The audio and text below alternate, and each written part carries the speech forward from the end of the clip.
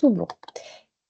Alors, je vais vous simplement refaire une petite introduction sur, Bretagne Supply Chain. Je pense que vous devez, peut-être toutes et tous, nous connaître. Donc nous sommes un réseau d'environ 180 adhérents. On est, surtout en Bretagne, mais aussi en Pays de la Loire. On fédère les énergies pour façonner la supply chain de demain. Comment est-ce qu'on le fait? Grâce du coup à tous nos adhérents, un certain nombre d'événements, 50 rencontres par an, ce sont des visites, des groupes de travail, des ateliers, des colloques. On fait aussi des mises en relation, une veille sur l'actualité, le financement et l'innovation.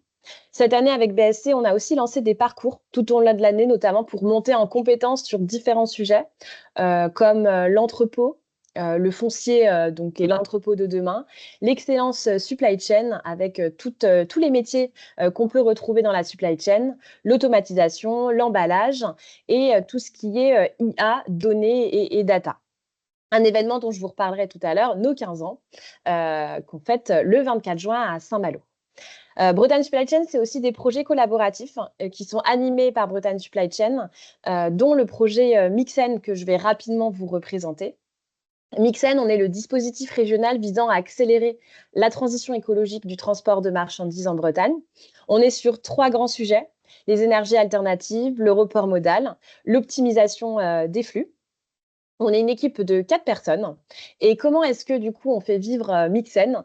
Notamment avec l'information. On a un site internet, notamment avec pas mal d'informations, que ce soit sur chacun de nos sujets, sur les aides disponibles, mais aussi sur l'agenda, finalement, les événements qui sont disponibles en Bretagne, soit qu'on copilote, pilote ou sur lesquels on intervient. On va retrouver aussi les replays des webinaires, des retours, des témoignages et des fiches outils. On mobilise avec un certain nombre d'événements, notamment par an, avec des retours d'expérience, des ateliers collaboratifs et des témoignages que vous retrouvez sur le site. Et enfin, on suscite l'engagement avec notamment des mix and tours. Les mix and tours qui sont des événements qu'on prépare, qu'on organise avec notamment des collectivités et des territoires. On a fait notre troisième étape, 1, 2, 3, non, quatrième étape à Brest en mai. Et la prochaine étape est à Rennes. Du coup, je vous en parlerai un petit peu plus à la fin. Et enfin, on accompagne à l'émergence de projets. Voilà, donc le parcours, le parcours qu'on a créé cette année sur l'achat transport décarboné, il a 4 grands événements. Le transport sur les sujets de transport international. Aujourd'hui, sur l'achat d'énergie et d'infrastructures. En septembre, on parlera des appels d'offres transport et de l'intégration notamment de critères environnementaux. Et enfin, le 9 décembre, du coup, sur le sujet plutôt du ferroviaire et de la cyclo-logistique.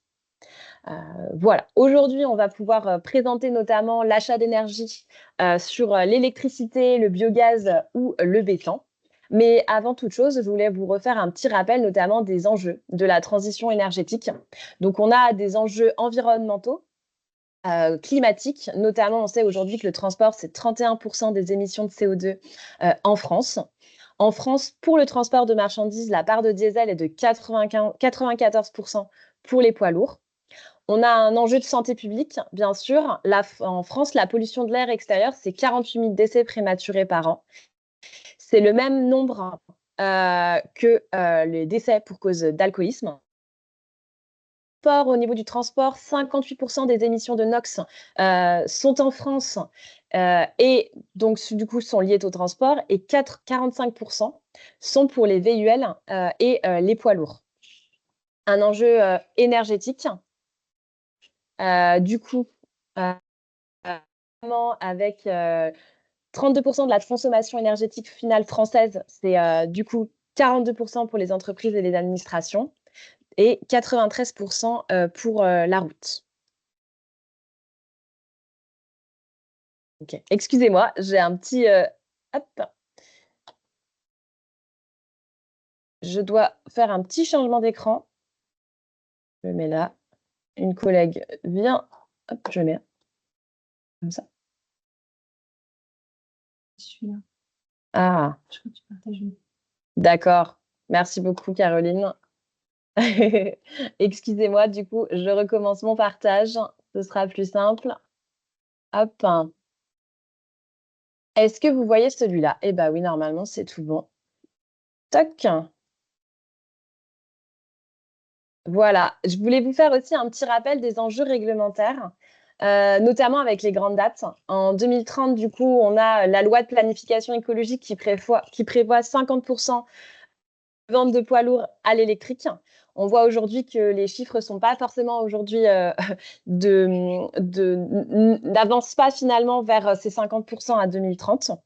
2035, c'est 0 émission des VUL en Europe. 2040, c'est 90 de véhicules notamment électriques, avec moins 90 d'émissions de CO2, avec l'interdiction de vente de voitures et de VUL à énergie fossile et l'interdiction de vente de poids lourds utilisant majoritairement des énergies fossiles. On voit aujourd'hui que la réglementation évolue aussi assez rapidement, notamment pour pouvoir atteindre en 2050 l'objectif France et Europe de la neutralité carbone. Le dernier sujet que je voulais aborder, c'était l'énergie. C'est un sujet qui est stratégique pour les différentes entreprises, avec des facteurs externes et des facteurs internes. Pour l'interne, c'est notamment tout ce qui est économique et commercial, avoir une maîtrise du poste énergétique de vos transports et pouvoir maîtriser aussi le coût et le TCO finalement de votre flotte. Une marque employeur avec une image de l'entreprise, notamment sur de l'innovation, de la qualité de vie au travail, que ce soit pour les conducteurs, avec tout ce qui est bruit et pollution. Une partie RSE avec l'impact environnemental et sociétal. Et enfin, la partie empreinte carbone. Sur les facteurs externes, on va retrouver du coup notamment l'accès aux différents marchés, que ce soit voilà, les clients, les concurrents, les nouveaux entrants, les offres vertes, les bilans carbone. Et une partie réglementaire dont je vous parlais avec les contraintes d'accès au centre-ville, avec les critères, les pics de pollution et les ZFE, qui malheureusement, depuis la semaine dernière, vous l'avez vu, ont évolué suite à un vote. Et du coup, on ne sait pas encore, par exemple, à Rennes, comment cela va se passer. Le dernier point qui est important face aux différents intervenants, c'est de choisir son carburant. Comment est-ce qu'on choisit son carburant? Notamment avec l'offre de véhicules qui est disponible en France, les points d'avitaillement en Bretagne sur notre sujet breton, l'autonomie du véhicule qui ne sera pas la même selon chacune des énergies, la facilité d'intégration notamment dans la flotte de véhicules, dans l'entreprise de l'énergie qu'on choisit, le coût de possession. On sait bien que l'achat d'un véhicule électrique n'est pas le même qu'un achat de véhicule biogaz ou diesel. La qualité de l'air et le bilan carbone. Et enfin, le sujet aussi de maturité technologique. Toutes les énergies n'ont pas la même maturité technologique aujourd'hui. Sur Mixen, vous pourrez retrouver un petit outil qui s'appelle Verdir ma flotte, qui est un outil d'aide à la décision notamment, qui permet aux entreprises de pouvoir choisir son énergie selon ses besoins en termes de flux, en termes de nombre de véhicules ou en termes de coûts. Voilà pour ma partie. Je vais laisser dans un premier temps, du coup, Raphaël Biscarras nous faire une présentation, notamment sur le coq-sang et le baissant. Est-ce que je peux te laisser la main, Raphaël?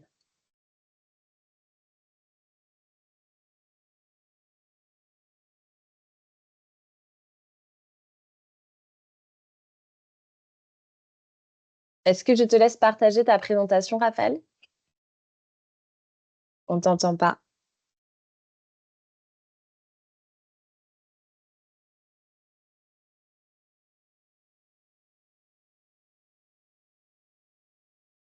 Je peux aussi partager, si tu veux, la présentation.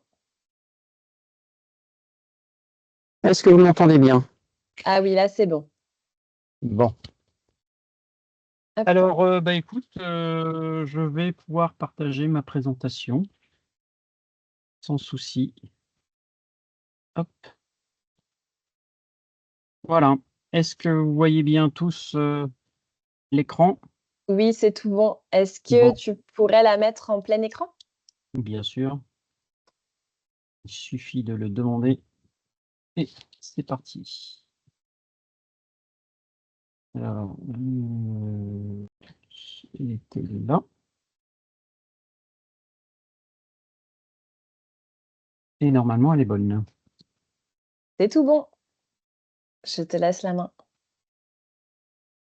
Donc, pour un achat de vos transports décarbonés, effectivement, on a prévu un plan pour vous présenter le groupe COC, évoquer ensemble le cadre réglementaire pour que vous sachiez effectivement de quoi il en retourne, quels sont les arrêtés qui sont en cause. Euh, Aussi, comment pouvoir aborder le choix et comment va-t-on sélectionner son partenaire. Le choix d'une offre aussi, puisqu'il existe plusieurs offres disponibles sur le marché. Comment est structuré aussi le prix et comment, je dirais, garantir son approvisionnement, puisqu'il faut que vous puissiez disposer d'un approvisionnement aussi sur du long terme. Pour vous présenter très rapidement, on ne va pas y passer très longtemps, le groupe COC, mais aujourd'hui nous sommes une coopérative agricole. Qui dit coopérative agricole veut dire que nous avons aujourd'hui des agriculteurs qui sont toujours au comité de direction de la coopérative. Donc nous militons aujourd'hui pour du circuit court, pour une juste rémunération du monde agricole, mais aussi pour pouvoir conserver de l'emploi en local. On a des valeurs humaines qui sont très fortes au sein du groupe et avec ça, différentes filiales.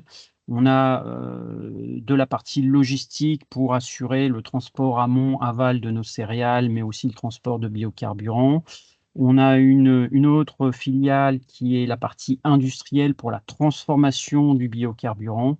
Et puis, on se développe également aussi sur du triage à façon de graines et également du nettoyage de panneaux photovoltaïques. Voilà. Donc, grosso modo, 195 à 200 personnes sur la coopérative, enfin sur le groupe total, sachant qu'on évolue avec la reprise aujourd'hui de négoces dans la région Centre-Val de Loire. Donc le groupe COC, c'est différentes productions. Bien entendu, on va collecter l'ensemble des graines, que ce soit du blé, de l'orge, du maïs, mais on cultive également du colza, puisque il faut savoir que le colza est ce qu'on appelle une tête de rotation dans les cultures, et on ne cultive pas que du colza, mais on fait aussi du blé, du colza, du maïs, et ça, c'est une culture qui va tourner au moins sur 5 ou 6 ans. Donc aujourd'hui, le colza, on le transforme, enfin on n'en récolte pas 250 tonnes sur la coopérative, mais en tout cas, on va en transformer 250 000 tonnes. Et ce qui va nous donner aujourd'hui une diversification sur le colza, ça va être de fabriquer du tourteau. Le tourteau, c'est une sorte de pellet, comme les pellets de bois, vous voyez, qui sont destinés à l'alimentation avicole, bovine et caprine. Une fois qu'on a fait du tourteau, c'est-à-dire une fois qu'on a pressé cette graine de colza, qui est une graine toute petite, hein, toute fine, on va avoir également de l'huile, et cette huile, on va pouvoir décider de la transformer soit en huile brute, en huile alimentaire, mais également en ce qu'on appelle de l'EMHV. L'EMHV est ce qu'on appelle un ester méthylique d'huile végétale, qui va permettre soit de partir vers la transformation du gasoil et pour faire du B7, puisque c'est l'appellation européenne aujourd'hui, le B7, ça veut dire qu'on va ajouter jusqu'à 7% de biocarburant, ou alors on va mettre à la consommation 100% de cette EMHV, et là on va parler d'un B100. Donc voilà aujourd'hui toutes les productions du groupe COC. Pour aborder le cadre réglementaire de l'utilisation de ce baissant, puisque c'est son appellation, hein, on parle d'un biocarburant, on a même tendance à parler de plus en plus d'un agrocarburant, puisque c'est un carburant qui devrait être effectivement fabriqué par des agriculteurs. Donc, l'autorisation de mettre en place du baissant a été stipulée par l'arrêté ministériel du 29 mars 2018, dont vous trouverez effectivement les liens. Et il a été aussi modifié à plusieurs reprises, en 2022 et en 2024, notamment pour venir compléter, je dirais, des informations sur l'arrêté ministériel. Donc l'arrêté ministériel du 29 mars 2018 spécifie que ce baissant-là ne peut être autorisé que dans des flottes captives, pour des flottes de véhicules poids lourds et qui disposent de leur propre système d'approvisionnement. D'accord? C'est très important, puisque tout ce qui est écrit dans un arrêt ministériel est autorisé, mais tout ce qui n'est pas dit est interdit aussi. Je m'explique, ça veut dire qu'aujourd'hui, le baisson ne se retrouvera pas, à contrario d'autres biocarburants, dans des stations publiques. Donc, vous devez disposer effectivement de votre propre système d'approvisionnement, d'accord? C'est-à-dire disposer d'un système de cuve. Donc, voilà ce qu'a spécifié l'arrêté du mois de mars 2018. Il a été modifié en 2022. Enfin, je vous passe un petit peu l'historique, mais il y a eu également les décrets sur les pastilles critères, puisque le baisson bénéficie d'une pastille critère 1 qui ont été attaquées, et on a pu aussi conserver en 2022 cet arrêté ministériel-là qui nous autorisait effectivement cette pastille critère 1. Et puis en 2024, on a eu un nouvel arrêté qui a complété l'arrêté du mois de mars 2018, notamment sur la partie flotte captive qui est maintenant, je dirais, beaucoup plus restrictive, puisque avant on avait une notion de flotte captive qui était un peu plus élargie, on pouvait demander des dérogations. Aujourd'hui, c'est vraiment très restrictif à des flottes de poids lourds et à des flottes privées. Donc, ça continue à spécifier que c'est uniquement disponible pour des moteurs à explosion thermique, et toujours avec cette logistique spécifique et une traçabilité.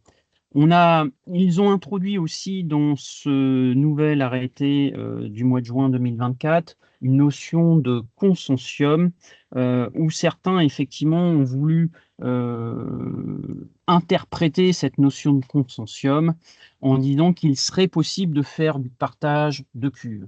Alors, je mets des barrières tout de suite parce que déjà sur le premier arrêté du mois de mars 2018, certains prenaient un peu de largesse en disant qu'effectivement, si vous faisiez partie de la même entreprise, vous pouviez effectivement vous approvisionner entre les différentes agences. Ce qui est complètement faux, puisqu'il faut avoir déjà un numéro de sirène qui soit identique. Si vous avez un numéro de sirène qui est différent, à ce moment-là, vous ne pouvez pas faire de la mutualisation de vos cuves. D'accord? Ça, c'est très important. Sur la partie du consortium, la même chose, certains confrères se sont engouffrés dans cette notion-là en disant on va pouvoir faire du partage de cuves, on va pouvoir, par exemple, un commissionnaire va pouvoir, ou un transporteur va pouvoir utiliser une cuve pour lui, et puis partager avec des sous-traitants le baisson. Ce qui est absolument pas le cas, puisque la notion de consortium aujourd'hui est plutôt une notion de marché public pour laquelle on va avoir une durée qui va être limitée dans le temps, et qui doit effectivement spécifier aussi une notion de construction spécifique. D'accord? Donc aujourd'hui, le partage de cuves pour le baisson n'est pas autorisé. D'accord? Et on ne peut pas faire non plus de revente ni de partage du baisson. Qu'est-ce que ça veut dire? Parce qu'on n'a pas non plus abordé cette partie B100. Qu'est-ce que ça veut dire B100? Ça veut dire B comme biocarburant. Donc, nous, j'ai dit, on parle un peu plus d'un agrocarburant. Et 100 parce qu'on vient mettre 100% à la consommation de cet ester méthylique d'huile végétale. Donc, je le disais un peu auparavant, quand on avait de l'EMHV et qu'on faisait du B7, du B10, du B20 ou du B30, ça veut dire qu'on incorporait déjà dans du gasoil une part de biocarburant ou d'énergie renouvelable de 7, 10, 20 ou 30%.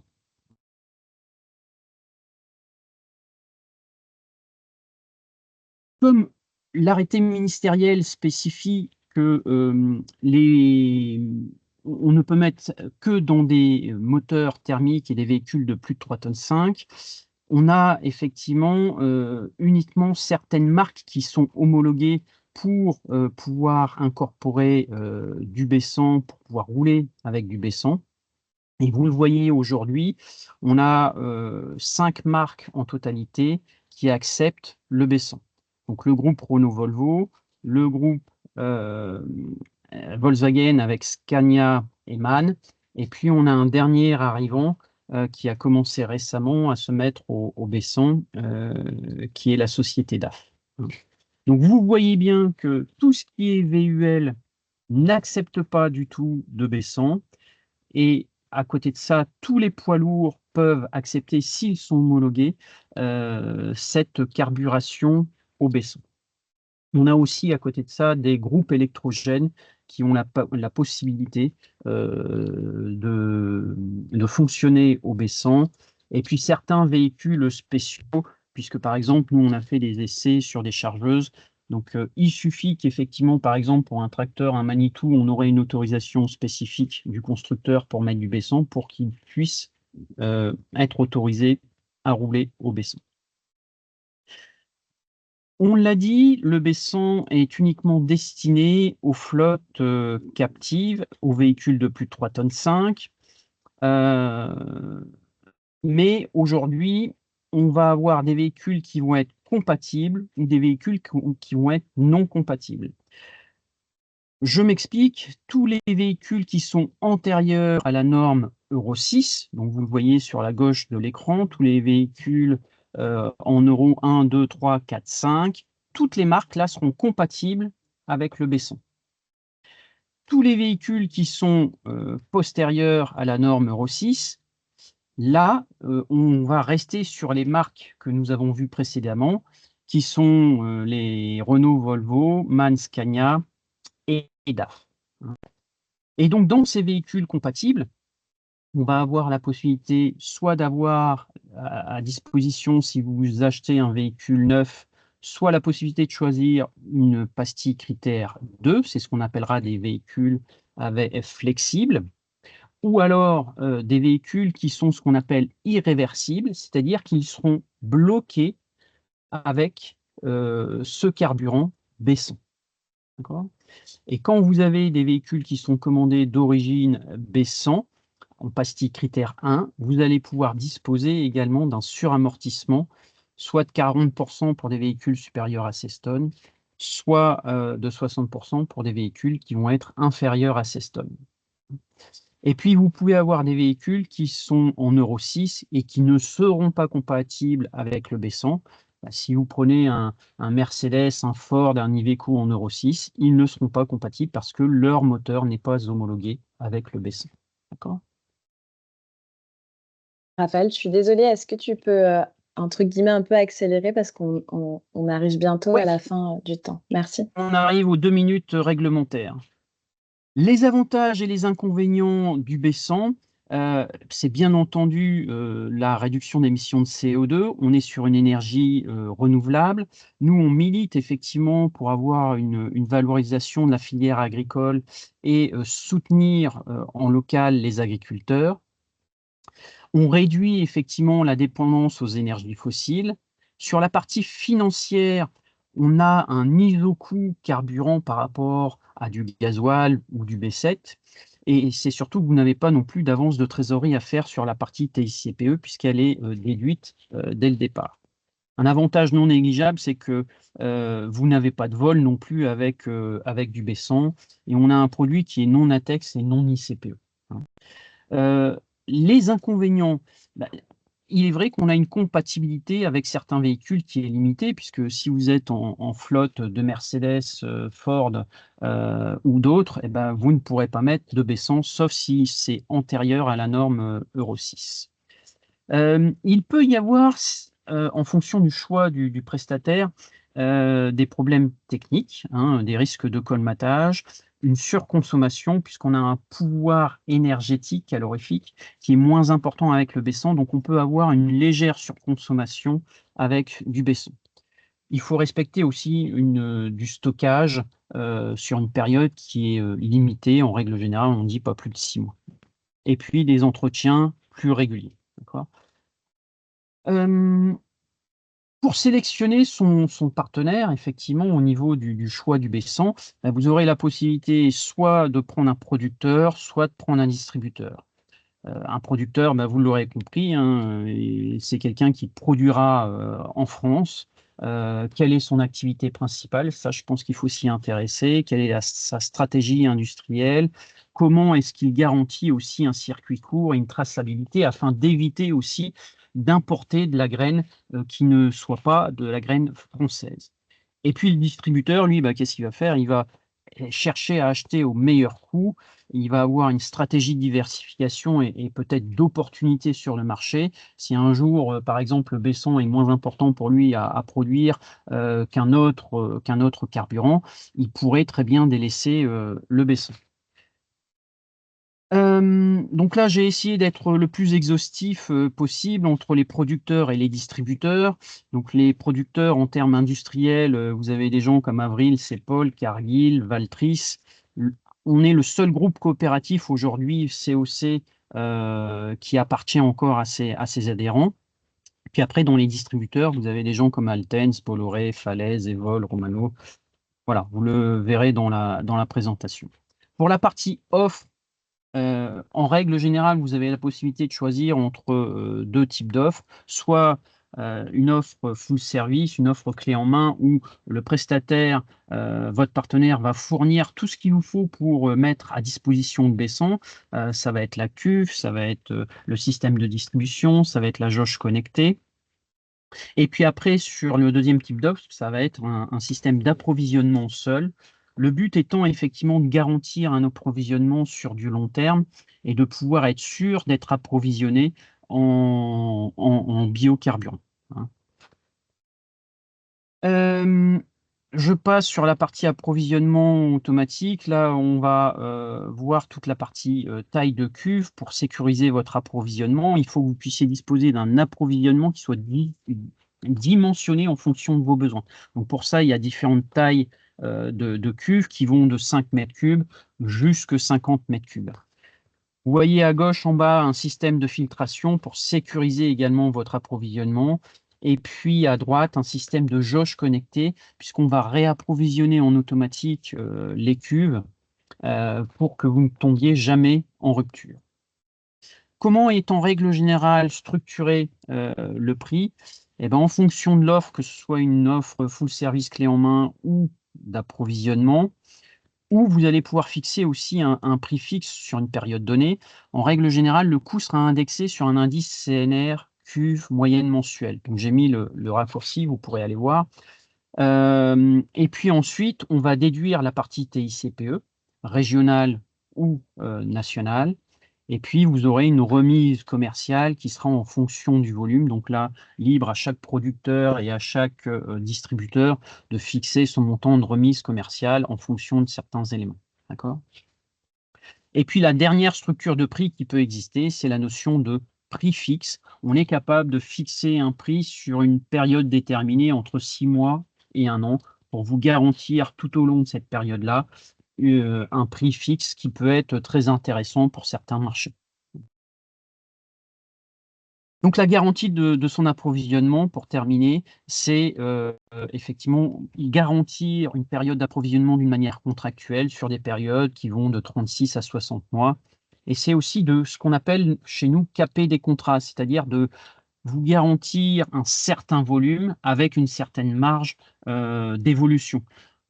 Je m'explique. Vous avez par exemple 10 véhicules qui vont rouler au baissant. On va vous approvisionner, on va vous garantir un approvisionnement de 300 mètres cubes et on va le caper par exemple à 450 mètres cubes. L'objectif, c'est de vous dire si vous ajoutez quelques véhicules supplémentaires, je suis sûr, vous êtes sûr que vous pourrez être approvisionné entre 300 et 450 mètres cubes. Hein. Et puis la dernière chose pour garantir votre approvisionnement, bah, c'est de vous assurer de la capacité industrielle de votre fabricant ou de votre distributeur. Voilà pour ma part. Merci beaucoup, Raphaël. Est-ce que vous avez des questions sur le baissant, son approvisionnement? J'ai vu le commentaire de Edouard. Du coup, oui, en effet, cet article avait été écrit à l'époque où l'arrêté était sorti. On avait essayé d'en savoir plus et il faut qu'il soit mis du coup à jour. Merci pour cette mention. Est-ce que vous avez des questions? Oui, moi Ou j'ai une est-ce... question. Bonjour Antoine Sorbier, je suis délégué général d'Aicargo Fondation. J'ai une petite question. On essaie de financiariser l'approvisionnement de biocarburants pour les directions supply chain. Il y a déjà des pratiques de directeurs supply chain qui achètent des lots et de carburants qui vont avoir des accords avec leurs transporteurs. Nous, on cherche à financiariser encore davantage sur la partie numérique, mais j'ai une question moi sur la volatilité du prix du baissant. Vous faisiez référence à l'indice CNR. Voilà. Est-ce qu'il y a une grosse variation? Pourquoi est-ce qu'il y a un indice CNR? Voilà. Qu'est-ce qui justifie justement par rapport à des coûts de production? Ou c'est le cours du colza qui fait que le prix varie? Voilà. Non, aujourd'hui, il y a eu un acteur très important, Avril Sepol, qui a fixé peut-être un peu les règles du marché en l'indexant sur un indice CNR. On voit aujourd'hui quand même que le coût du gasoil quand même varie quand même assez fortement. euh, à la variation du cours du baril. Aujourd'hui, c'était surtout aussi pour coller à un marché du transport. C'est-à-dire que si on avait pris un indice complètement différent et si quelqu'un me trouve un indice qui soit cohérent par rapport au marché du transport ou qui soit cohérent par rapport aux clients des transporteurs, que ce soit chargeurs, donneurs d'ordre, etc., et qui soit compréhensible pour eux, je suis tout à fait ouvert. C'est-à-dire que si aujourd'hui on utilisait par exemple l'indice du coût de la graine, eh ben, on aurait une variation du prix du baisson qui serait encore 3 fois plus importante. C'est-à-dire qu'aujourd'hui, par exemple, on achète de la graine à 400 euros la tonne. L'année dernière, elle était à 1200 euros la tonne. Est-ce que on a vu à peu près la même variation sur le prix du gaz. Je pense pas que les transporteurs l'auraient accepté ou auraient pu répercuter cette augmentation auprès de leurs donneurs d'ordre. Donc effectivement, en utilisant un indice cuve moyenne mensuelle, ça permet quand même d'avoir un référentiel identique pour tout le monde. Ah, c'est très clair, merci. Merci. Est-ce qu'il y a une autre question?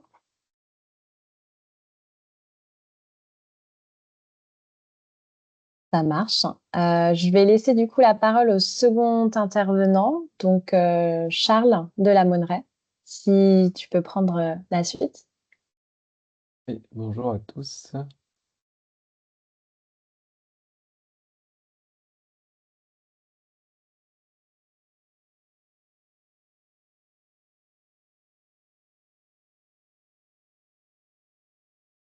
Donc vous devriez voir mon écran là, est-ce que c'est bon? C'est bon. Ok, super. Alors, donc bonjour à tous, moi je m'appelle Charles Delamonneray, je travaille pour Bretagne Mobilité GNV.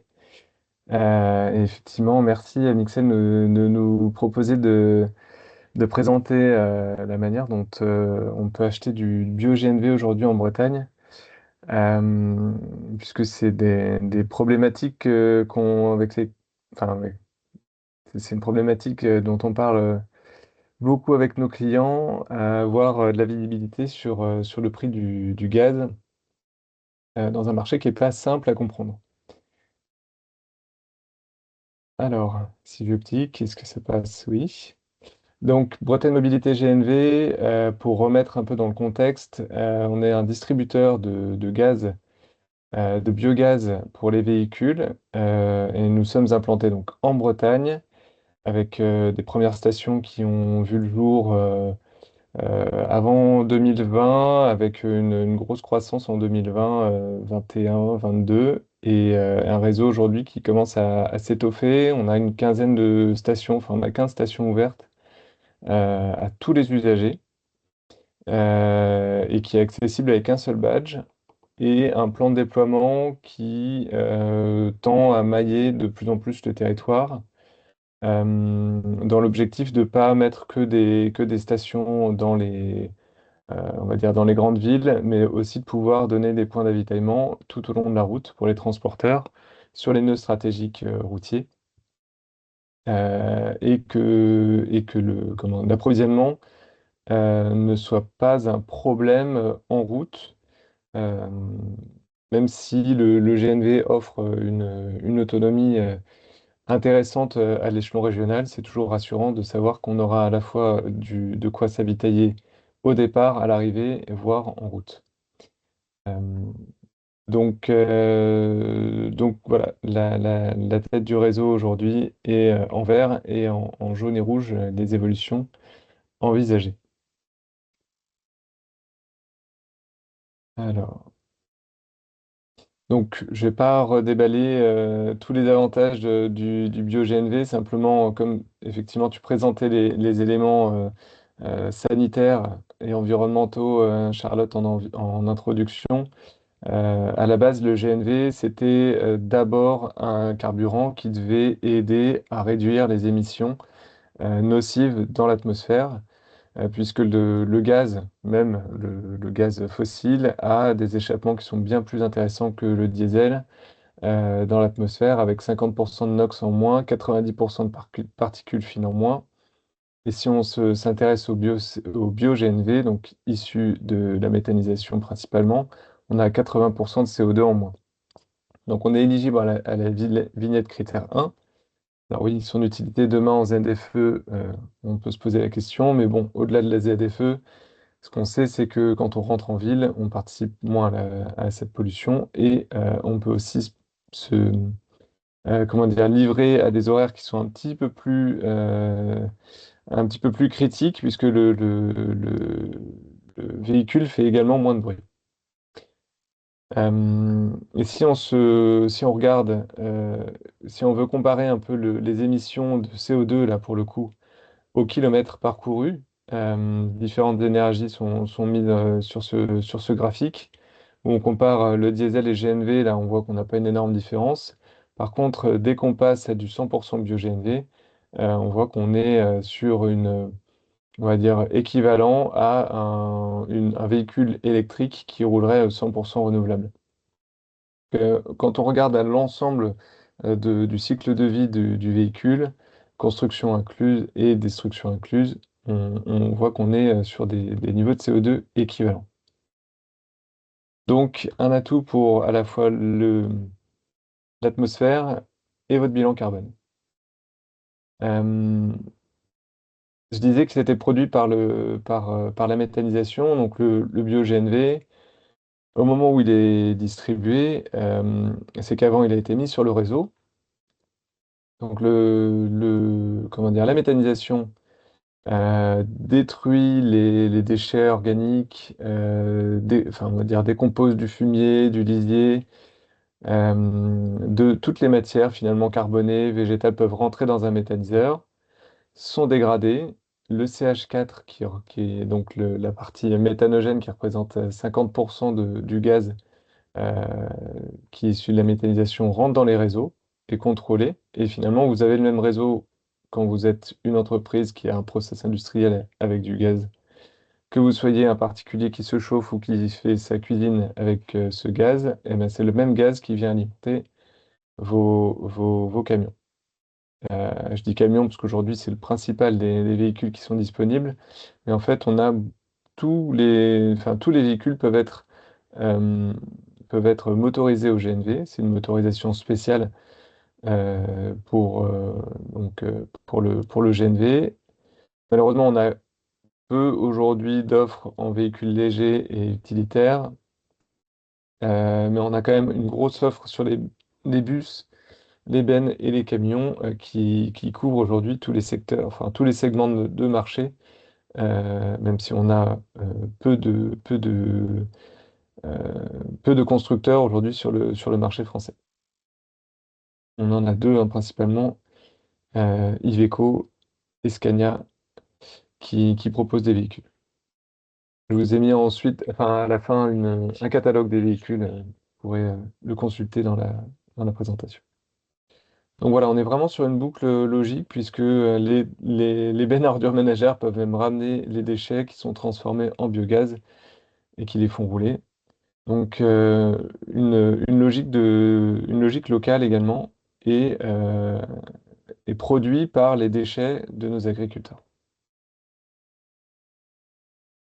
En deux mots, voilà à quoi ressemble une station GNV. C'est assez simple.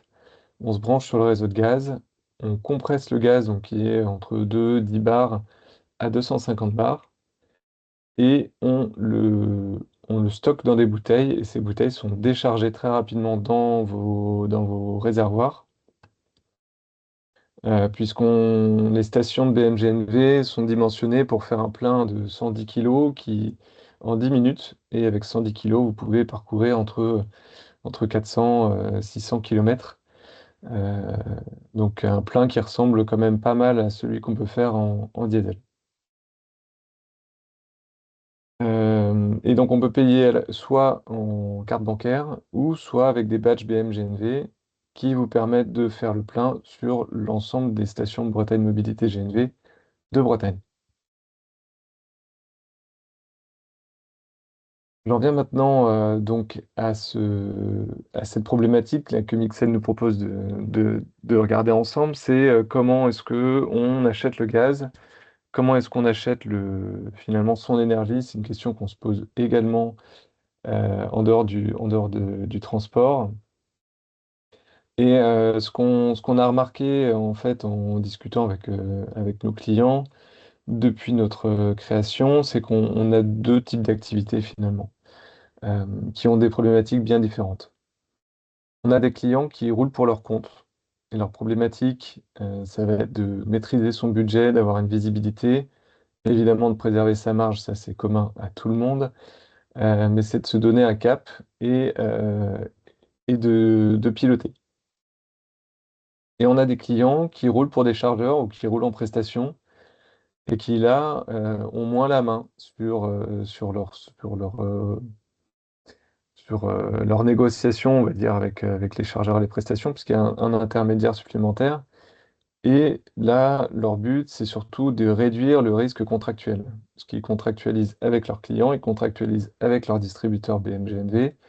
Et entre les deux, si on n'a pas les mêmes index, si on n'a pas les mêmes indices, parfois il peut y avoir des risques. Et donc c'est bien ça le risque qu'on essaie de limiter.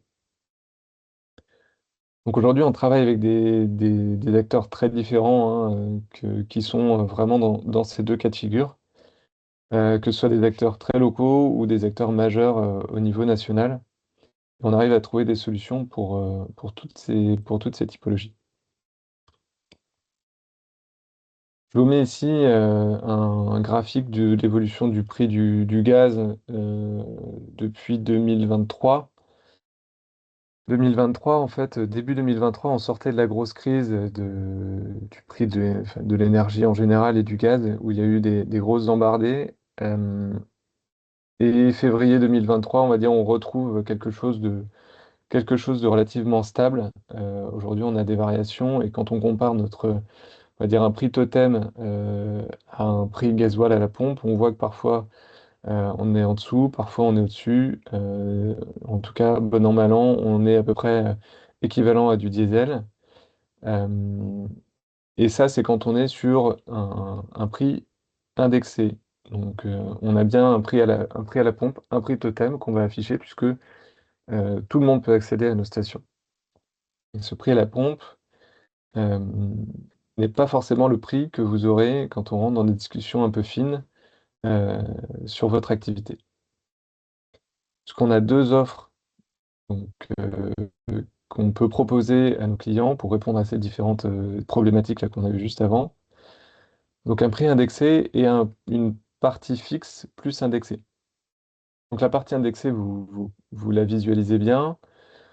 On est sur, on va dire, alors on n'est pas sur un indice CNR, on est sur un autre indice, Monsieur du Sorbier, on est sur l'indice PEG mensuel, PEG-EMA. Alors je ne vais pas forcément rentrer dans le détail, mais c'est un indice qu'on a à l'échelle, qu'on a au pas de temps mensuel, qui permet de bien suivre le marché du gaz, qui est compatible avec un pied de facture indexé, parce qu'aujourd'hui un, c'est un élément qu'on retrouve sur les pieds de facture des chargeurs vers leurs transporteurs.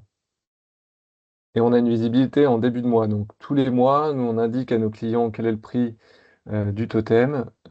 Et pour chaque client, en fonction des volumes qui sont consommés, il y a une grille de remise euh, qui est adaptée donc, voilà, à la typologie du client. Donc en fait, à chaque début de mois, le client sait exactement ce qu'il va payer pour chaque kilo qu'il va consommer dans BMGNV.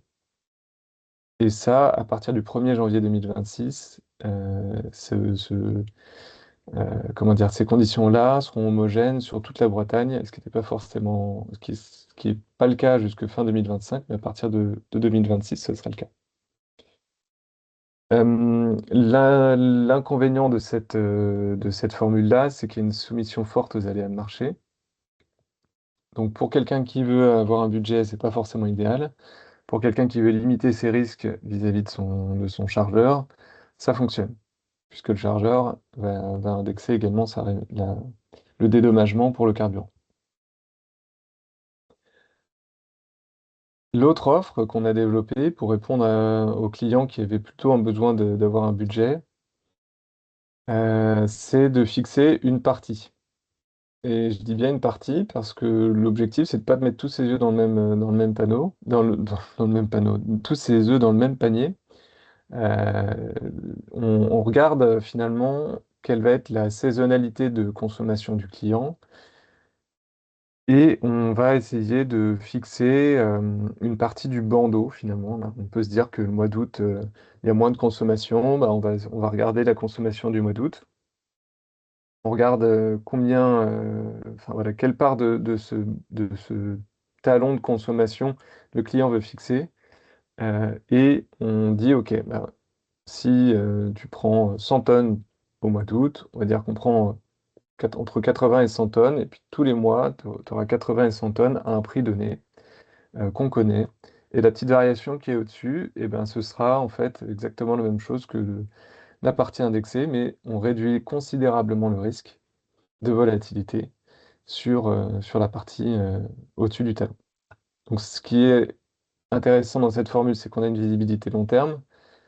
En général, nos clients couvrent leur volume d'une année sur l'autre, mais on est capable aujourd'hui de faire des propositions jusque 3 ans à l'avance.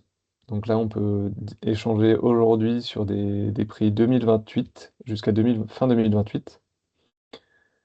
Évidemment, quand on rentre dans cette discussion, on fait, on rentre dans le détail de comment fonctionne le marché, on a un véritable accompagnement sur quel est le bon moment. L'idée, c'est pas de vous faire fixer à n'importe quel moment, mais d'attendre le bon moment. Vous nous donnez un mandat, on se met d'accord sur un prix cible, et puis au moment où on l'atteint, on y va.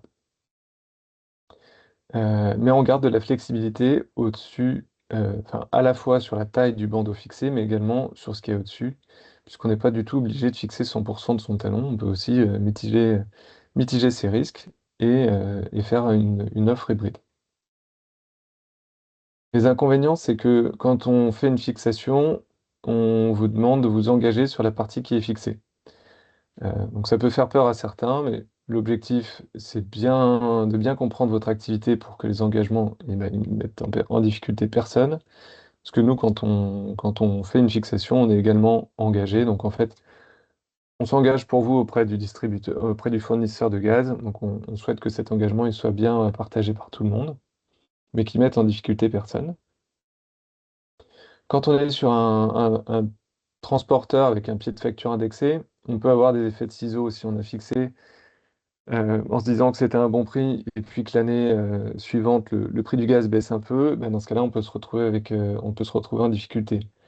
À l'inverse, on peut aussi faire des paris modérés en se disant, bon, bah, je fixe 20%, je me dis que ça c'est bien fixé.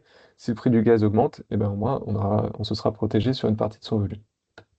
En tout cas, ce qui est important, nous, ce qu'on conseille, c'est d'impliquer son chargeur dans la transition, puisque c'est aussi en discutant avec son chargeur qu'on peut changer la manière dont on se fait rémunérer sa transition et en échangeant ensemble un, sur une enveloppe budgétaire consacrée au BioGNV, par exemple, on peut trouver parfois des arrangements. Et nous, on se fera un plaisir de pouvoir rentrer dans ces discussions avec les chargeurs pour expliquer aussi comment fonctionne ce marché du gaz. Finalement, je ne me suis pas vraiment présenté qui est BMGNV et je voulais finir là-dessus puisque on n'est pas des acteurs tout à fait classiques dans le monde du gaz. Vous n'avez pas un Total ou un Engie devant vous. On est en fait une société qui est issue du monde des collectivités, c'est-à-dire en 2018, ce sont les collectivités d'Ille-et-Vilaine qui gèrent les réseaux de gaz et d'électricité qui ont décidé de créer Bretagne Mobilité GNV pour véritablement distribuer le gaz local en Bretagne. Et c'est pour ça on est sur une logique de maillage et pas qu'une logique de rentabilité de chaque station. L'objectif, c'est que le réseau s'équilibre et qu'on puisse vous fournir du gaz longtemps sur un réseau qui est cohérent. C'est aussi pour ça qu'on est ouvert à tous, c'est 24 heures sur 24. On n'a pas vocation à faire des stations privatives sur on va dire sur des entrepôts individuels. Par contre, on est capable de faire de la charge lente, enfin, on va dire de coupler. On a pas mal de stations maintenant qui sont couplées entre des dépôts de bus qui se chargent la nuit et des stations d'avitaillement rapide qui peuvent alimenter tout le monde 24 heures sur 24. Et dans un monde voilà, il y a quand même de l'incertitude sur l'énergie de demain, le fait d'avoir des entités publiques qui sont à la base de cette initiative, c'est aussi la pérennité des installations qui est un petit peu garantie puisqu'il y a une volonté forte qui dépasse on va dire, le simple intérêt économique. Il y a véritablement un intérêt environnemental, un intérêt enfin, d'économie locale à développer ces stations. Et donc, il y a une capacité aussi à tenir le réseau, même dans les moments d'incertitude vis-à-vis de l'énergie. Donc, comme je le disais tout à l'heure, euh, on se structure à l'échelle régionale. Jusque fin 2025, vous aurez une offre par département, on va dire, mais à partir de janvier 2026, on a une offre commerciale homogène sur toute la Bretagne, avec un interlocuteur régional pour tous les badges et la facturation. Donc, c'est moins de cartes enfin, c'est toujours autant de cartes dans votre portefeuille, puisqu'il y avait déjà une seule carte pour toutes les stations, mais en tout cas, en termes de gestion, on facilite grandement la vie de nos clients, puisqu'on aura une fluidité accrue dans toute l'administration des ventes derrière en service client. J'ai juste rajouté ça à la fin de la diapo, mais ça vous l'aurez du coup quand Charlotte vous enverra les supports avec le catalogue des véhicules neufs et des véhicules reconditionnés, puisqu'il y a quand même une offre en véhicules reconditionnés, enfin, on va dire neufs reconditionnés pour les véhicules légers et utilitaires également. Et des informations sur le bio-GNV avec des acteurs que sont GRDF, France Mobilité Biogaz et gazmobilité.fr.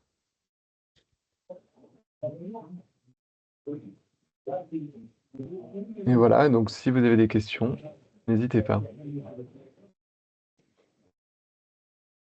Merci beaucoup, Charles. Est-ce que vous avez des questions que vous souhaitez poser maintenant? Après, vous pourrez toujours recontacter Charles à la suite si des questions vous viennent. Oui, Edouard? Oui, bonjour. Juste une remarque, merci Charles. Au début de la présentation, vous avez un graphique sur les polluants locaux. Mhm. Je pense qu'il n'est pas bon, dans la mesure où c'est un graphique allemand.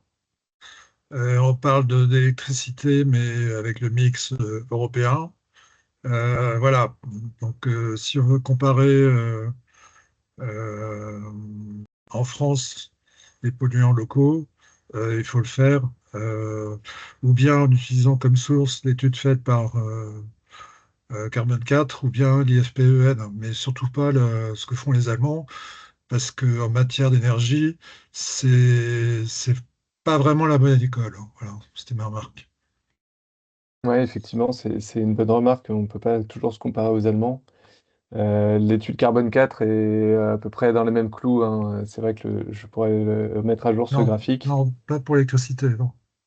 Alors, Non, oui, non. alors mais là, en fait, la comparaison sur l'électricité, c'est ce qui est le plus important, c'est de regarder par rapport à de l'éolien. Et là, l'éolien, en termes de carbone, en Allemagne ou en France, on aura le même bilan après, à peu près. Oui, mais enfin, bon. euh, Mais effectivement, on en a- on a- je rajoutant, peux- on va pas passer des heures là-dessus. C'est juste qu'il faut comparer avec le mix français et pas le mix allemand. oui, tout à fait. Non, mais là, le point que je voulais avancer, c'est qu'en fait, on parle de zéro émission sur l'électricité. Je veux dire, en termes d'échappement, il n'y a pas de sujet. Euh, il y a des échappements sur le GNV, il n'y en a pas sur l'électricité. Par contre, quand on regarde à l'échelle du cycle de vie, on a bien un bilan carbone qui est compétitif vis-à-vis de l'électricité. Oui, mais il Et nous, faut. ce qu'on défend, c'est bien un mix, parce qu'on n'a pas forcément les mêmes usages en face, et que on n'a pas à rougir du bilan carbone du bio-GNV Certainement pas. euh, pour, En ce qui pour concerne le décarboner. BioGNV, je suis d'accord avec vous. Hmm. Mais il ne faut pas noircir le tableau non plus en ce qui concerne l'électrique. C'est ça que je Non, veux dire. c'était pas mon point. Voilà. C'était tout. Merci, Edouard. Merci, Charles. Est-ce qu'il y a d'autres questions?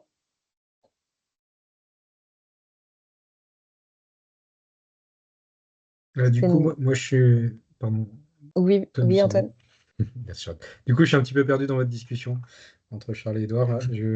Qu'est-ce qu'il faut retenir? Est-ce que moi j'ai retenu que bah voilà, si on prend le cycle de vie complet du bio-GNV et qu'on compare à l'électrique, bah, c'est équivalent.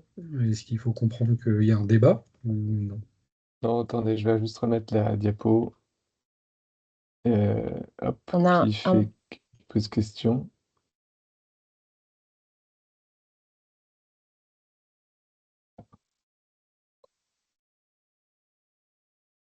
Alors, est-ce que c'est la bonne diapo? Parce que j'ai l'impression que j'ai eu un décalage.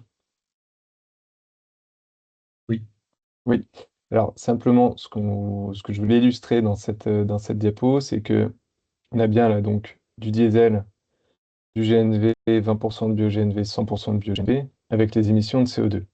Donc là, finalement, peu importe où on se trouve dans l'Union européenne, il n'y a pas de débat, c'est une question de motorisation.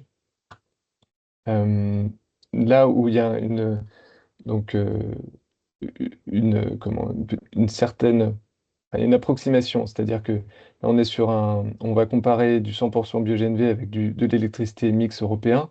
Effectivement, le mix européen, il est beaucoup moins bon en termes de CO2 que le français, parce qu'on considère que le nucléaire est bas carbone, et donc si on devait prendre un mix électrique français, on serait plus intéressant que le mix européen.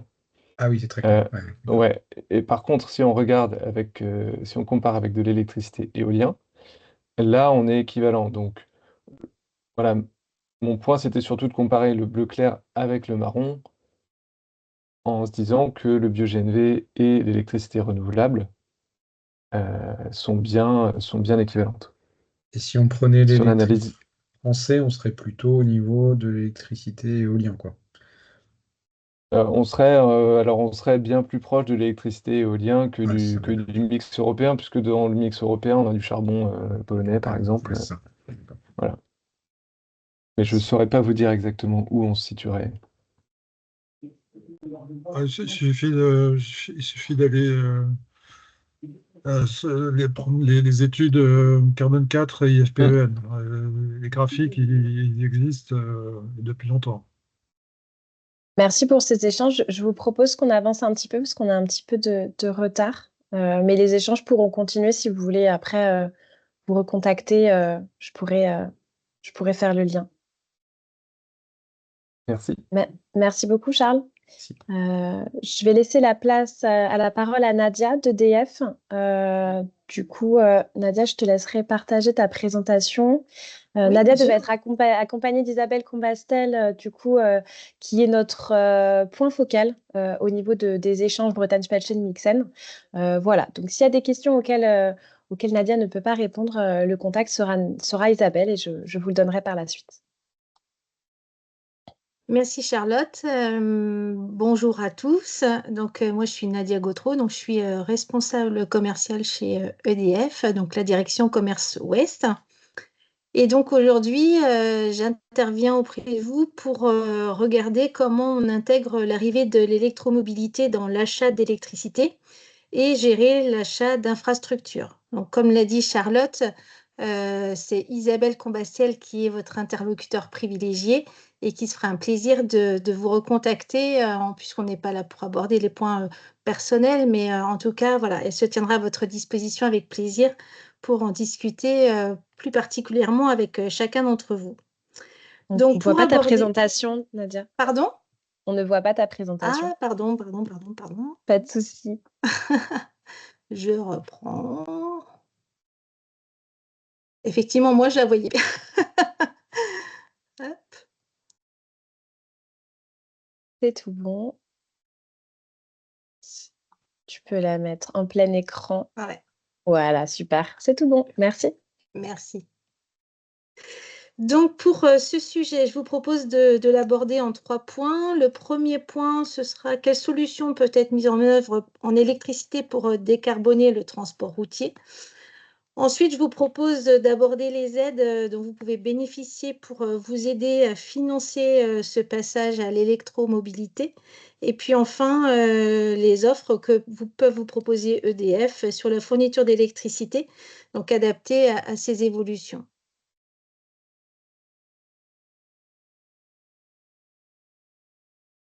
Donc, les solutions à mettre en œuvre pour décarboner le transport routier, en fait, ça dépend de chacun. Ah, alors, par contre, si je fais ça, ça ne passe pas. Ah, il ne veut pas passer à ma slide suivante. C'est le plein écran qui fonctionne peut-être pas. Ouais, je pense. Bon. Désolée. Si, c'est Pas bon. de problème, c'est bon. Ok, c'est bon. Donc aujourd'hui, par rapport aux transporteurs, donc, il y a 70% des dépôts qui se font, des recharges qui se font au dépôt. Ça, c'est la remarque. Et puis ensuite, vous avez la possibilité, bien sûr, de recharger les tracteurs, que ce soit lors du chargement de la marchandise ou alors sur la route lors des arrêts ou lorsque vous roulez, vous pouvez vous arrêter également sur les stations d'autoroute. J'espère que ça va passer pour le coup. Voilà. Donc, ce qu'il faut regarder avant tout, c'est vos besoins par rapport au tracteur dont vous disposez, et puis également la capacité sur votre site à la recharge et la disponibilité dont vous avez besoin dans le temps alloué. Donc, pour ça, vous avez besoin de définir donc, par une étude en fait, vos besoins en charge et en autonomie, et puis le temps alloué, mais à EDF, on peut vous aider à faire cette étude, bien sûr, pour l'adapter à vos besoins. Donc, vous avez différents types de recharge, de points de recharge, avec plus ou moins de puissance. Pour nos clients, on a également développé une technologie intelligente, donc avec Drive, qui vous permet justement, en fonction de cette autonomie dont vous avez besoin et du temps alloué à la recharge, d'aller chercher le coût du kilowattheure le moins élevé, ce qui vous permet de sécuriser aussi votre budget. Donc tout ça, c'est mis à votre disposition lorsqu'on contractualise par rapport aux puissances de recharge que vous disposez sur votre site.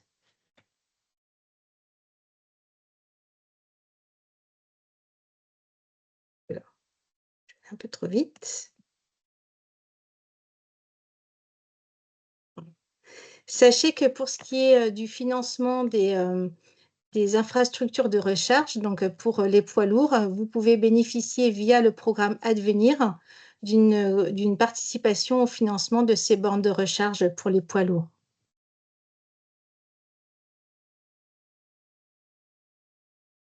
On l'a vu tout à l'heure, donc vous avez le dispositif, donc les infrastructures à mettre en place sur vos propres sites, donc soit sur les propres sites pour les transporteurs, mais ça peut être également chez les clients. Et la deuxième chose à financer, bien sûr, ce sont les tracteurs. Donc pour cela, vous bénéficiez de dispositifs d'aide, donc au certificat d'économie d'énergie. Et ces certificats d'économie d'énergie ont bénéficié depuis le début de l'année 2025 de bonifications. Donc, on ne va pas rentrer dans le détail de chacune des bonifications parce qu'elles sont propres au type de véhicule, mais sachez qu'EDF a signé des conventions avec certains constructeurs qui vous permettent aussi de déduire le montant de ces primes, donc des certificats d'économie d'énergie, de l'achat ou de la location des camions. Donc là, c'est vos constructeurs qui vous diront là où on en est, ou alors un interlocuteur privilégié chez EDF qui pourra également vous accompagner sur cette partie certificat d'économie d'énergie dans le cadre d'achat ou de location de poids lourds.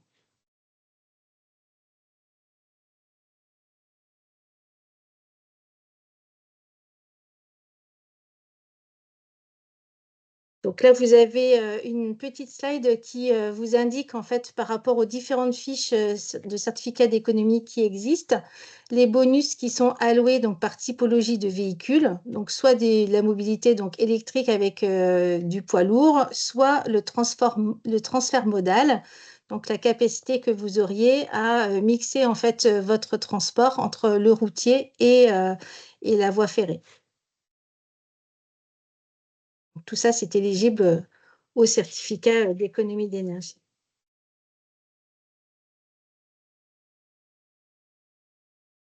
Avec quelques slides également, si vous le souhaitiez. Alors, ça a dû se mélanger. J'ai des slides un peu plus précis si vous le souhaitez, mais ça fera l'objet de discussions avec Isabelle ou votre interlocuteur privilégié pour définir les différentes fiches C2E qui correspondent à vos achats. Concernant les offres du fourniture d'électricité, vous l'aurez compris, donc intégrer l'arrivée de l'électromobilité et l'installation des bornes de recharge sur vos sites aura forcément un impact sur votre contrat.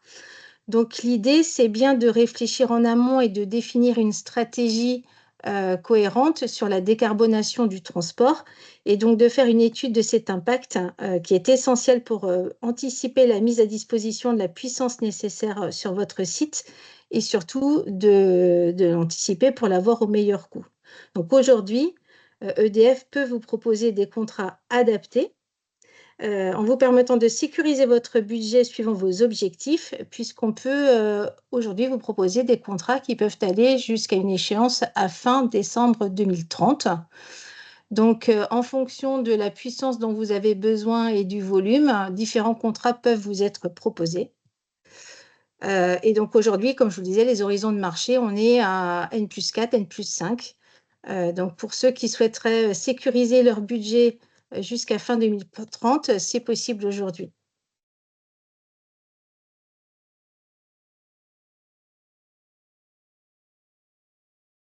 Donc, sachez également, donc votre contact, c'est bien Isabelle, sachez également que l'ensemble des filiales du groupe EDF peut vous accompagner de la stratégie de décarbonation sur la partie transport. Et puis l'accompagnement, on l'a vu la semaine dernière, sur tout ce qui est application aux audits réglementaires. Donc, pour cela, c'est pour ça que, en fait, Isabelle se tient à votre disposition. L'idée pour elle, c'est à chaque fois de vous ramener vers l'interlocuteur privilégié à EDF qui vous accompagnera dans votre démarche de décarbonation. Donc, on vous a mis en annexe le savoir-faire du groupe pour vous accompagner. Donc, suivant les thématiques, voilà, on peut englober différents sujets, mais l'idée, c'est bien de réfléchir le sujet de la décarbonation et du passage à l'électromobilité en amont pour vraiment valider vos besoins, les solutions qu'on peut proposer et qu'on partage avec vous à mettre en place, et puis après, les différentes installations et le financement. Alors, je suis peut-être allée un petit peu vite, Charlotte. Je ne sais pas s'il y a des premières questions auxquelles je pourrais répondre. Est-ce que vous auriez du coup des questions pour Nadia concernant notamment l'achat d'électricité, les différents contrats existants sur l'accompagnement?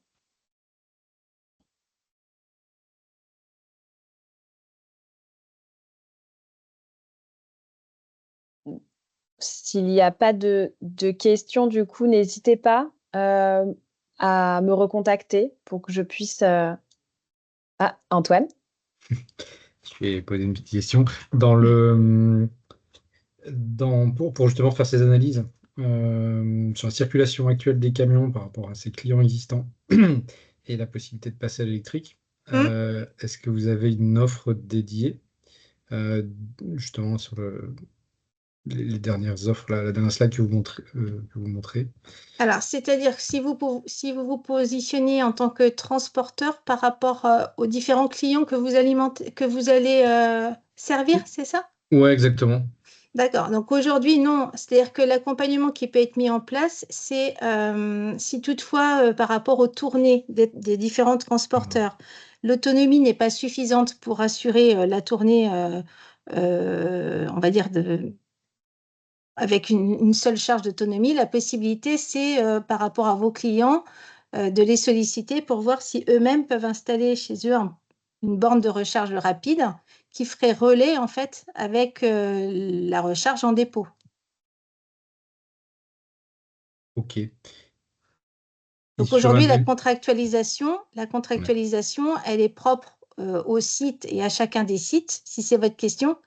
Il n'y a pas en fait de contractualisation, ou alors il faudra avoir un point de livraison dédié à cette recharge chez votre client. Oui, oui, c'est un bon sujet. Comment est-ce que vous organisez ça d'un point de vue achat?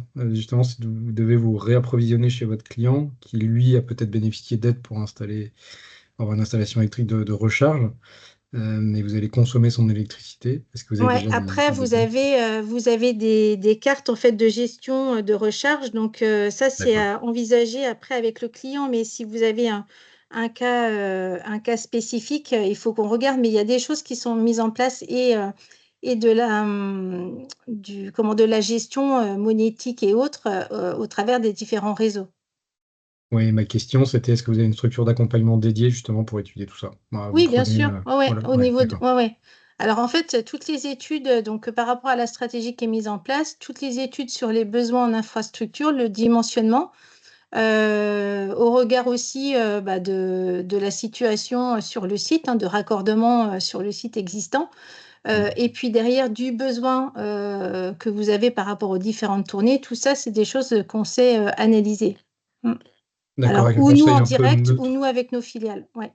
Et un conseil un peu neutre aussi sur les types de camions. Ou est-ce qu'il faut passer par les constructeurs ou est-ce qu'il y a des opérateurs Non, alors en spécialisés? fait, effectivement, on a des conventions de certificats d'économie d'énergie avec certains constructeurs. Maintenant, au niveau des transporteurs, bien souvent, vous avez déjà une première approche avec certains constructeurs. Donc, on n'a pas de mise en relation spécifique avec les uns ou les autres. C'est pas nous qui orientons le choix du camion. Et les constructeurs et vous avez des bureaux d'études pour proposer une démarche d'accompagnement clé en main à un transporteur. Oui, alors en fait, le constructeur, ça je ne maîtrise pas s'il a besoin, Mhm. mais en tout cas, ce qu'il peut vous proposer, mais en tout cas, nous avons effectivement les bureaux d'études qui vous permettent de regarder globalement votre stratégie de décarbonation et les besoins à mettre en place par rapport à ce que vous attendez en fait. Et c'est laquelle de vos marques qui gère ça? Alors vous avez Easivia pour les bornes de recharge, Mhm. les véhicules électriques. D'accord. Mais tout ça, Isabelle, en fait, on a un premier, on va dire, maillon intermédiaire au sein même de nos agences, et c'est nous-mêmes qui vous mettons en relation avec nos filiales après. C'est-à-dire que on concentre vos besoins, on les analyse, et en fonction de vos besoins, on vous redirige vers les bons interlocuteurs. C'est clair, merci.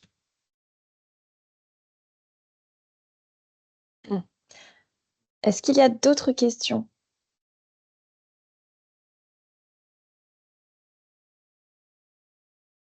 Comme le disait Nadia, de toute façon, moi, ce que je vous propose aujourd'hui à la suite de ce webinaire, de ces différents échanges qui ont été très intéressants autour de l'achat du baissant, l'achat de biogaz, l'achat d'électricité, de vous transférer la semaine prochaine les différentes présentations avec les différents contacts qui vous permettront de pouvoir continuer les discussions pour approfondir, pour en savoir plus. De mon côté, je vais écrire un article et mettre en ligne le replay de la présentation qui du coup vous permettra de le revoir, de le repartager et de revenir vers nous s'il y a des besoins, des nouvelles questions. En tout cas, on voit bien que l'achat d'énergie aujourd'hui est différent selon la typologie, que les infrastructures sont différentes, que les structures qui accompagnent sont différentes et les aides aussi disponibles, malheureusement, sont différentes. Ce que je trouve intéressant aussi, c'est ce besoin finalement dont Charles parlait aussi de travail collaboratif avec les chargeurs. Voilà, on a besoin aussi que les chargeurs puissent notamment, on va dire, investir et montrer la voie aussi de la transition énergétique pour les transporteurs et pour les sous-traitants. C'est aussi pour ça qu'on vous propose notamment un prochain événement qui se tiendra en septembre sur, on va dire, hop, je mets ma petite présentation en plein écran, sur les appels d'offres transport et l'intégration des critères environnementaux, notamment pour savoir comment les chargeurs intègrent efficacement les critères environnementaux dans les appels d'offres, comment est-ce qu'ils sont prêts eux-mêmes à accompagner ou inciter les transporteurs et sous-traitants à s'engager, de quelle manière, financièrement, matériellement? Comment est-ce que cet engagement est contractualisé? Est-ce que c'est avec des avenants et avec des contrats qui durent plus longtemps? Comment est-ce que à l'intérieur de chaque entreprise, comment est-ce que c'est fait? Quels sont les retours d'expérience? Voilà, on est en train de construire ce webinaire pour le 12 septembre. Donc n'hésitez pas à déjà vous inscrire. Les premiers noms sortiront normalement avant l'été. Pour la suite de la programmation, après, ce sera du coup en décembre sur l'achat transport décarboné. Je souhaitais aussi vous parler du coup de notre événement Mix & Tour le 15 octobre, qui se tiendra à Rennes, qui n'est pas un Mix & Tour, mais qui est le forum de la logistique urbaine durable et de la cyclo-logistique du Grand Ouest. C'est un événement qu'on co-organise notamment avec les boîtes à vélo. Et l'événement cyclocargologie. C'est un événement du coup qui est tourné vers les professionnels, les collectivités, dans une gestion durable des flux de marchandises à l'échelle du territoire. C'est un événement qui se passera à Rennes au Triangle toute la journée. Il permettra d'explorer les innovations au service d'une logistique urbaine durable, de favoriser les échanges entre acteurs publics et privés, notamment d'optimiser votre transport du dernier kilomètre, notamment avec la possibilité de faire des essais de différentes entreprises qui sont présentes avec une rampe d'essai cyclo. Et donc, on vous attend nombreux et nombreuses pour cet événement en octobre. Après, pour Bretagne Supply Chain, on a différents événements. Vous pourrez venir notamment sur notre site pour voir les prochains. Mais l'événement de cette fin de semestre, c'est les 15 ans de Bretagne Supply Chain qui se tiendront le 24 juin au Palais du Grand Large à Saint-Malo, la veille de l'ouverture de Top Logistique. On aura le plaisir d'accueillir Isabelle Autissier, qui est la première femme à avoir réalisé un tour du monde en compétition en mer, qui notamment nous fera une conférence autour de la gestion de la logistique et des risques dans l'environnement incertain qu'on peut avoir aujourd'hui. Cet événement sera accompagné notamment de différents temps forts, d'un cocktail et de petites surprises qui suivront, ainsi qu'un temps de réseautage. Donc, si vous n'êtes pas encore inscrit, il reste encore de la place, donc n'hésitez pas à vous inscrire. Si vous avez des questions à la suite de ce webinaire, n'hésitez pas à revenir vers moi. Merci à toutes et tous pour ce temps ensemble aujourd'hui. Et je vous souhaite d'avance une bonne journée et un bon week-end.